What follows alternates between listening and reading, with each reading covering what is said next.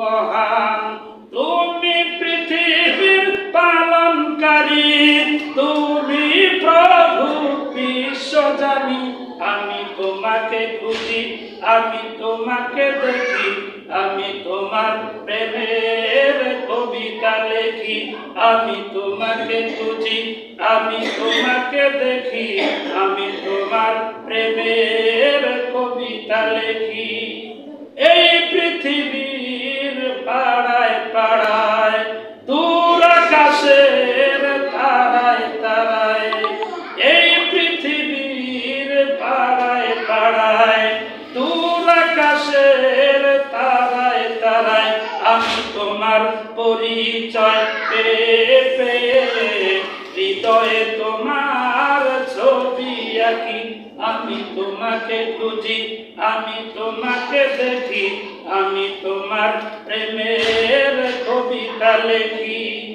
গড়েছ তুমি এই পৃথিবী জাহান, তুমি অসীম, তুমি মহান, তুমি পৃথিবীর পালনকারী, তুমি প্রভু বিশ্বজানি।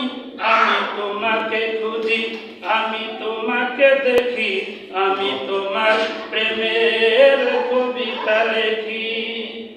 ওই পাহাড়ের ঝরনা ধারায়, ওই পাহাড়ের বিশালতায়, ওই পাহাড়ের ঝরনা ধারায়, আঁকি দুটি মোর যায় হারিয়ে, হৃদয়ে তোমার ছবি আঁকি। আমি তোমাকে দেখি, আমি তোমাকে খুঁজি, আমি তোমার প্রেমের কবিতা লেখি।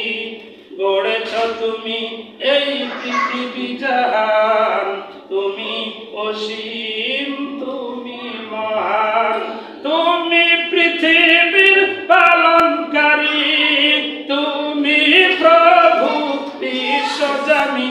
আমি তোমাকে খুঁজি, আমি তোমাকে দেখি, আমি তোমার প্রেমের কবিতা লেখি। আসসালামু আলাইকুম ওয়া রাহমাতুল্লাহি ওয়া বারাকাতুহু।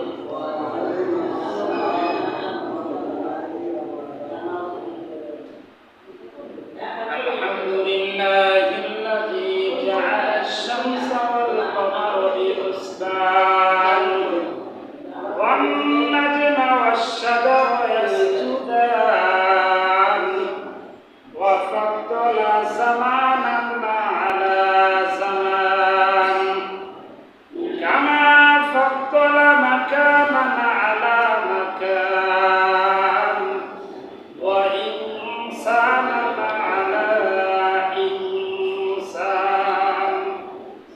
ওয়া নাশহাদু আন লা ইলাহা ইল্লাল্লাহু ওয়াহদাহু লা শারীকা লাহু, ওয়া নাশহাদু আন্না সাইয়্যিদানা ওয়া মাওলানা মুহাম্মাদান আবদুহু ওয়া রাসূলুহু, আরসালাহু বিল হাক্কি বাশীরান ওয়া নাযীরান, ওয়া দা'iyan ইলাল্লাহি বিইذনিহি ওয়া সিরাজাম মুনীরা।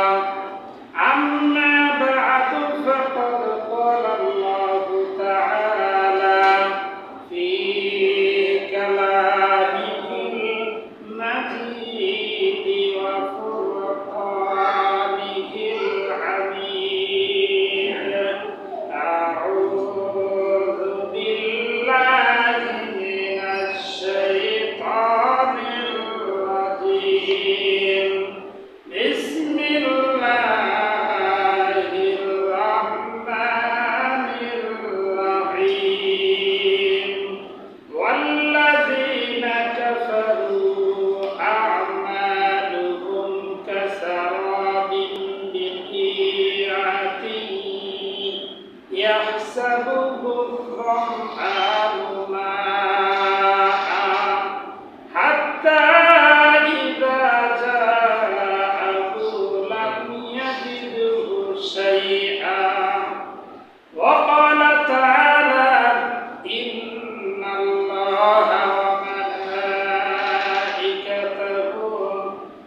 يصلون على النبي يا أيها الذين آمنوا صلوا عليه وسلموا تسليما زبان كل قرآن بلاغ العلا بكماله كشف الدجى بجماله حسنت جميع خصاله صلوا عليه وآله الحمد لله সম্মানিত মুসলিম একরাম সমাবেশের বন্ধুগণ আমরা সকলেই সেই মহান রব্বুল আলামিনের দরবারে শুকরিয়া আদায় করি যিনি আমাদেরকে তার পবিত্র হুকুম জুমার নামাজ আদায় করার নিয়তে এই কর্মব্যস্ততার মুহূর্তেও আসার তৌফিক দিয়েছেন এজন্য শুকরিয়া স্মরণ করি আলহামদুলিল্লাহ। এই সমস্ত মানুষগুলো কর্মব্যস্ততার পরেও আল্লাহর হুকুমকে বাদ দেয় না, ওই কর্মটা আল্লাহ পছন্দ করে। এজন্য মুসলমানের জিন্দেগি হবে 24 ঘন্টা বন্দেগী। কেমনে হবে? সে দুনিয়ার কাজের ফাঁকে ফাঁকে আল্লাহর হুকুম বাদ দিবে না, তো দুনিয়ার কাজটা আল্লাহ পছন্দ করে। প্রত্যেকটা মানুষকে আল্লাহ তাআলা সৃষ্টি করেছেন, আর সৃষ্টি করে দুইটা দায়িত্ব দিয়েছেন। কি দায়িত্ব? এক নাম্বার হলো ঈমান গ্রহণ করা, দুই নাম্বার হলো আমল করা। ঈমান আর আমল এই দুইটা দায়িত্ব আল্লাহ মানুষকে দিয়েছেন। ঈমান সর্বপ্রথম ঈমান গ্রহণ করতে হবে, আর এই ঈমানের সংখ্যাটা আমরা দুনিয়াতে যেইভাবে হিসাব করি, যেইভাবে বিবেচনা করি, ওইভাবে ঈমানের বিবেচনা হয়। যেমন আমরা দুনিয়াতে বিবেচনা করি যে আমরা চোখে দেখবো, কান দিয়ে শুনবো, তারপরে বিশ্বাস করব, না দেখে বিশ্বাস করব না। এটা হলো আমাদের দুনিয়ার হিসাব। কিন্তু ঈমানের হিসাবটা তার উল্টা। কোরআনে কারিমে সূরা বাকারার শুরুতেই রব্বুল আলামিন ঘোষণা দিয়েছেন আল্লাযীনা ইউমিনুনা বিল গায়ব। ঈমানদার হলো তারা যারা না দেখে বিশ্বাস করে। সুবহানাল্লাহ। তার মানে হলো আমরা জান্নাত দেখি নাই, জাহান্নাম দেখি নাই, আমরা পরকালের শাস্তি, পরকালের শান্তি কোনোটাই দেখি নাই, দেখি না, ফেরেশতা দেখি নাই। আমরা না দেখে বিশ্বাস করি তকদীর। আমার তকদীরে ভালো মন্দ কি লেখা আছে আমি কেউ জানি না, দেখিও নাই। এগুলো আমরা না দেখে বিশ্বাস করি। যত জিনিসগুলো আমরা না দেখে বিশ্বাস করি, আল্লাহ আমরা বিশ্বাস করি, কিন্তু আল্লাহ আমরা কেউ দেখছি না, কেউ দেখি নাই। এক নাম্বার আমানতু বিল্লাহ ওয়া মালাইকা ফেরেশতা ওয়া কুতুবিহি, সমস্ত কিতাব সমূহের উপর 104 খানা কিতাব, এর মধ্যে খালি কোরআন শরীফ আমরা দেখছি, বাকি 103 খানা কেউ দেখি নাই। ওয়া রুসুলিহি 1 লক্ষ মতান্তর, 2,24,000 পয়গম্বর, একটা নবী রাসূল আমরা কেউ দেখি না। ওয়াল ইয়াউমিল আখির, আখিরাতের দিনের আখিরাতের রাসূল কেউ দেখি নাই। ওয়াল কদরি খায়রিহি ওয়া শাররিহি মিনাল্লাহি তাআলা, ভালো মন্দ যা কিছু হয় ঘটে সব তকদীরের ফয়সালা অনুসারে ঘটে, কিন্তু আমরা কেউ তকদীর দেখি নাই। ওয়াল বাসি বাদাল মাউত, মৃত্যুর পর পুনরায় জীবিত হওয়ার পর, মৃত্যুর পর আল্লাহ আবার জীবিত করবেন, এটা বিশ্বাস করতে হবে। আমরা যে মাটি দেই, মানুষ মাটি দেওয়ার সময় যে দোয়াটা করি, এই দোয়ার ভিতরে, এই আয়াতের ভিতরে আল্লাহ তাআলা মৃত্যুর পর যে আবার জীবিত হতে হবে উল্লেখ করে দিয়েছেন। কোন সূরা? সুবহানাল্লাহ। জবান খুলে পড়েন মিনহা খালাকনাকুম ওয়া ফিহা নুঈদুকুম ওয়া মিনহা নুখরিজুকুম তারাতান উখরা। মাটি দেওয়ার সময় আমরা করি, কিন্তু অর্থ অনেকে বুঝি না, অর্থের দিকে খেয়ালও করি না। নিয়ম হলো অর্থ বুঝলাম, অর্থের দিকে খেয়াল করে আমল করা। মিনহা খালাকনাকুম, আল্লাহ বলতেছেন তোমাকে আমি আল্লাহ এই মাটি থেকেই সৃষ্টি করেছি ওয়াফিহা নুঈদুকুম আবার এই মাটির ভিতরে নিব ওয়া মিনহা নুখরিজুকুম তারাতান উখরা আবার এই মাটির ভিতরে থেকে আমি তোমাকে উত্তোলন করব বিচারের জন্য আসলে কঠিন ময়দানে দাঁড় করাবো তোমার পুঙ্খানুপুঙ্খানু জীবনের শুরু থেকে শেষ পর্যন্ত কি করেছো সব হিসাব নিব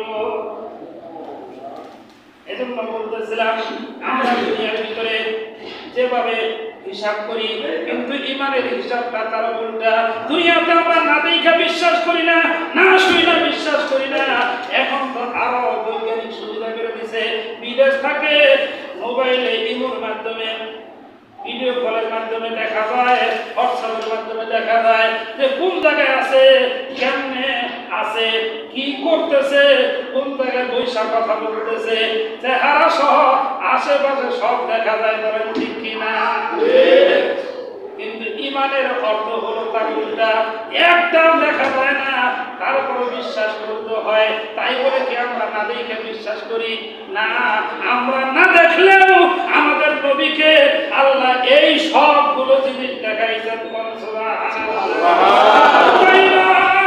আল্লাহর নবী হাদিসে বুখারীর ভিতরে বলেন রাআইতু রাব্বি আযজা ওয়া জাল মেরাজের রজনীতে জান্নাত জাহান্নাম জান্নাতের শান্তি জাহান্নামের শাস্তি এইগুলো দেখাই আল্লাহ আমাকে ছাইরা দেয় নাই আমি স্বয়ং আল্লাহকে আমি নবী দেখেছি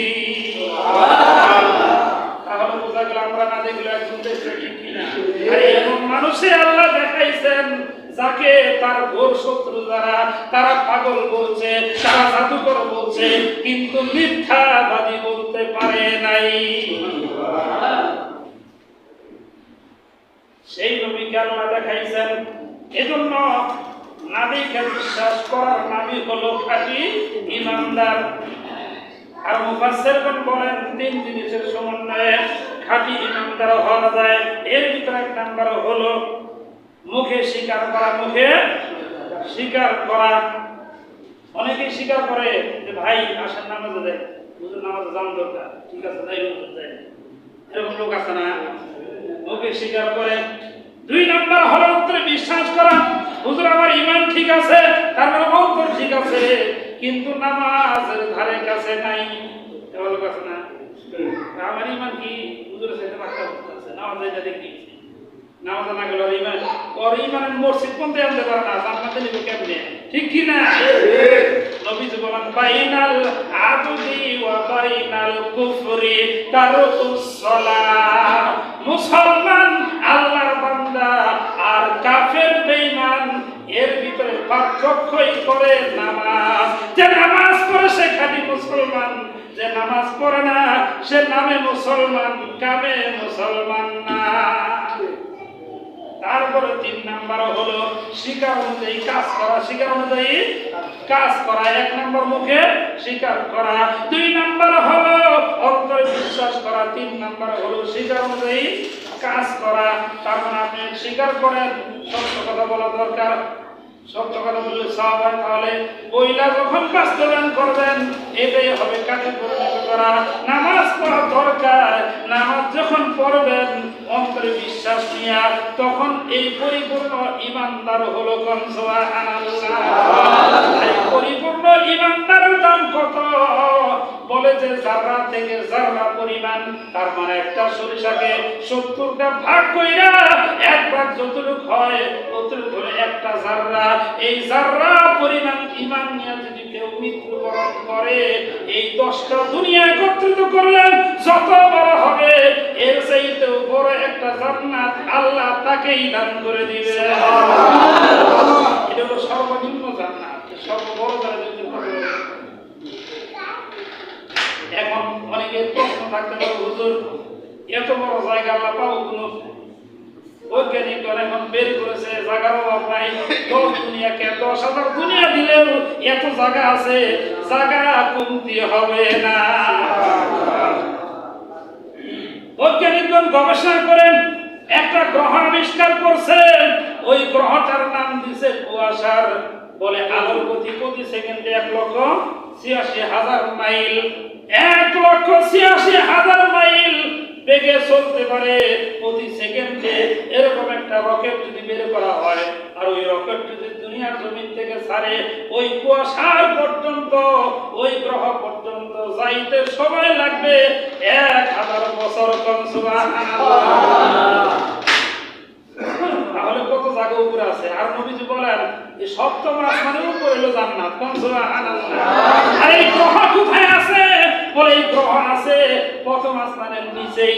প্রথম আসমান থেকে দ্বিতীয় আসমানের জায়গা আরো দ্বিগুণ, তৃতীয় আসমানের উপরে আরো দ্বিগুণ জায়গা, এইভাবে করো সপ্তম আসমানের উপরে 7 গুণ জায়গা বেশি। কোন মারহাবা। এই গ্রহতে প্রথম আসমানের নিচেই আছে। এটা দলিল আছে। কোন মারহাবা। সূরা সাফফাতের 6 নম্বর আয়াত হলো দলিল।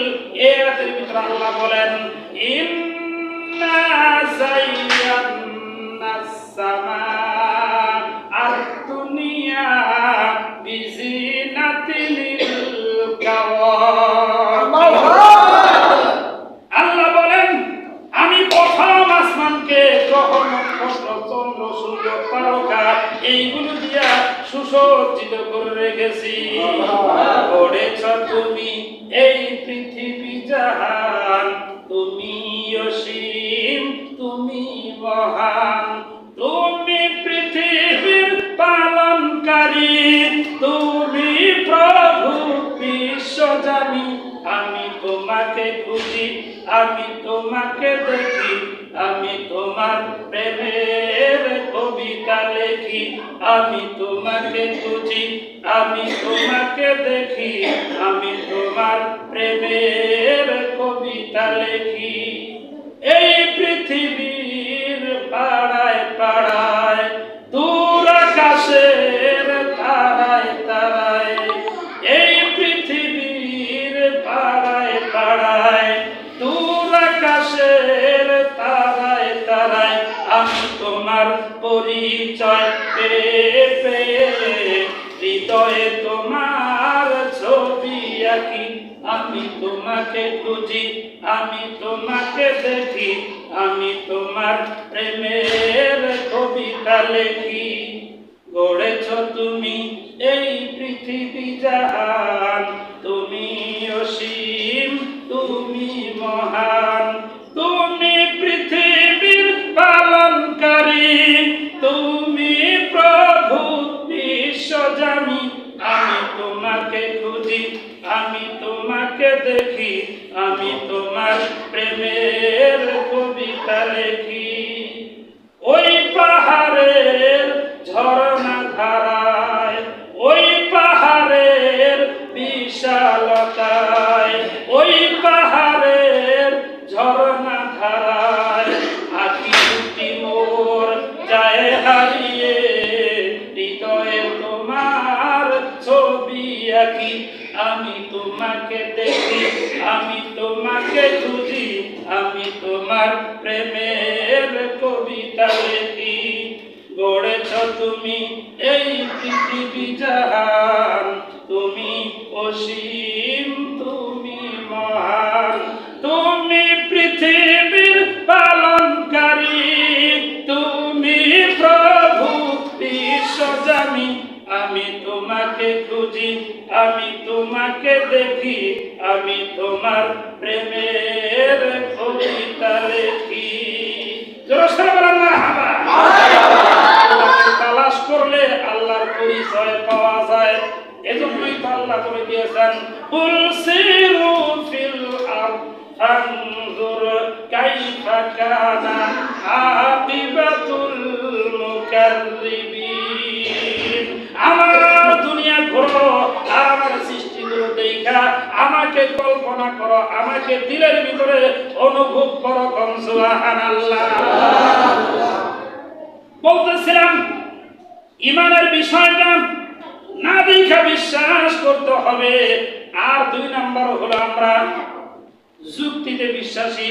আমার ব্রেনে আমার যুক্তিতে যদি ধরে তাহলে আমি বিশ্বাস করি, আর যদি যুক্তিতে না ধরে ওইটা আমি মানতে চাই না। তোর বলেন ঠিক কিনা?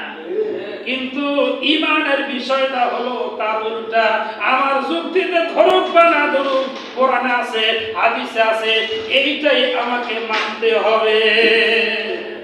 কোরআন হাদিসে আছে কিন্তু আমার যুক্তি ধরে না, তাই বলে আমি মানি না, এইটা বললে ঈমানদার হওয়া যাবে না। কোরআনে কারিমে রব্বুল আলামিন বলেন, যে সমস্ত মানুষগুলো ওয়ালাউ আন্না আহলাল কুরা আমানু ওয়াত্তাকাউ লাফাতাহনা আলাইহিম বারাকাতিন মিনাস সামাই ওয়াল আরদ। আল্লাহু আকবার। আল্লাহ বলেন, দুনিয়ার মানুষেরা যদি আমি আল্লাহর হুকুম মানে, আমি আল্লাহর হুকুম মতে নিজের জীবন পরিচালনা করে, তাহলে আমি আল্লাহ তাদেরকে বরকত দান করে দিব। আসমান থেকে বরকত নাযিল করব, জমিন থেকেও বরকত দান করব, আর আমি আল্লাহ তাদেরকে সাহায্য করব। এখন এটা আমার যুক্তিতে ধরে না, কিন্তু তাও মানতে হবে। ইতিহাস প্রমাণ করে দিয়েছে, বদরের যুদ্ধে মুসলমানের সংখ্যা ছিল মাত্র 313 জন। কয়জন? 313 জন। এই 313 জনের ভিতরে অস্ত্র ছিল না, ঘোড়া ছিল না, সওয়ারি তেমন ছিল না। তার মানে এক কথায় অস্ত্র সবচেয়ে দুর্বল, ঠিক কিনা? আর কাফেরের সংখ্যা ছিল 1000-এর বেশি, তাদের কাছে ঘোড়া ছিল 1000-এর বেশি, তাদের কাছে অস্ত্র ছিল 1000-এর বেশি। তার মানে অস্ত্র সজ্জে সজ্জিত বাহিনী হলো কাফের, ঠিক কিনা? এর ভিতরেও যখন যুদ্ধ শুরু হয়ে গেল, আল্লাহ পাক রব্বুল আলামিন মুসলমানদেরকে ঈমানের বদলতে এমন ভাবে সাহায্য করলেন, 1000-এর উপরে 313 জনকেই বিজয় দান করে দিলেন। আল্লাহ সরাসরি ফেরেশতা দিয়ে সাহায্য করেছেন। মুসলিম শরীফের ভিতরে এসেছে, হযরত আব্বাস রাদিয়াল্লাহু তাআলা আনহু বলেন, ফেরেশতাদের সাহায্য করছে, আমি নিজের চোখে দেখছি। আরেক সাহাবী হযরত সুহাইল রাদিয়াল্লাহু তাআলা আনহু ডাক দিয়ে বলেন, কেমনে বুঝলাম? বলে, আমি তাকাইয়া দেখি আমার সামনে এক সাহাবী অগ্রসর হয়েছে, একটা কাফেরকে লক্ষ্য করে তার দিকে মাত্র তরবারি উঠাইছে, উঠানের সঙ্গে সঙ্গে একটা আওয়াজ হলো, আকুতুম হাইজুম, অর্থাৎ তাকে কতল করা।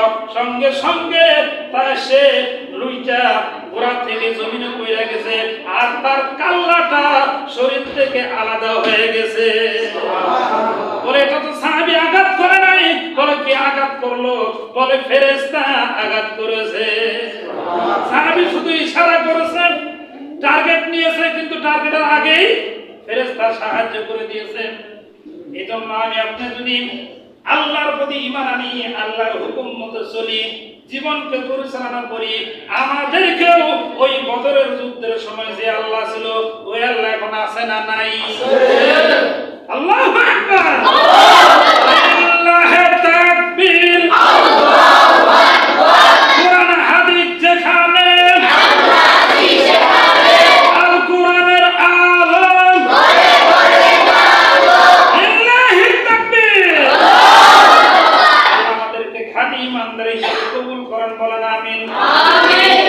আরেকটা বিষয়, সেটা হলো যে অনেক সময় আমরা ঈমান গ্রহণ করি, কিন্তু আমরা দুনিয়ার বিচারে দেখি, বস্তুর ভিত্তিতে বিচার করি, কিন্তু ঈমানের বিষয়টা হলো তার উল্টা। আমরা দুনিয়াতে মনে করি যার অনেক জমি আছে, যার ঘরে মন কেমন 100 মন 500 মন ধান আছে, সে হলো বড় ধনী মানুষ, সে সম্মানী মানুষ, ঠিক কিনা? যার বাড়িতে একটা বিল্ডিং আছে, যার এরকম ভাবে বড় একটা চাকরি আছে, তার বেশি সম্মান, তার বেশি দাম। আমরা দুনিয়ার হিসাবে এইটা মনে করি, ঠিক কিনা? কিন্তু ঈমানের হিসাবটা হলো তার উল্টা। বলে, ঈমানের দাম, ঈমানের বিষয়ে দাম কার বেশি, আমাদের বিষয়ে দাম কার বেশি? কোরআনে কারীমের সূরা হুজুরাতের 13 নম্বর আয়াতের ভিতরে আল্লাহ ঘোষণা দিয়েছেন, ইন্না আকরামাকুম ইনদাল্লাহি আতকাকুম, তোমাদের মধ্যে আমি আল্লাহর কাছে সবচাইতে দাম ওই ব্যক্তির বেশি যার আমল যত বেশি। এখানে তো আল্লাহ বলে নাই যার বাড়ি বেশি, যার গাড়ি বেশি, যার স্ত্রী বেশি আছে, যার সম্পদ বেশি আছে, যার বাড়িতে বিল্ডিং আছে, তার দাম আমি আল্লাহর কাছে বেশি, এটা বলছে না। কি বলছে? যার আমল যত বেশি আমি আল্লাহর কাছে তার দাম তত বেশি। এজন্য ঈমানের এই বিষয়গুলো লক্ষ্য রেখে আল্লাহ আমাদেরকে খাঁটি ঈমানদার হওয়ার তৌফিক দান করেন। যারা বলেন আমিন, আরো যারা বলেন আমিন। ওয়া আখিরু দাওয়ানা আলহামদুলিল্লাহি রাব্বিল আলামিন। আর যদি লার্জার দান পৌঁছাইতেন তাহলে এই পুরোটা হবে। আর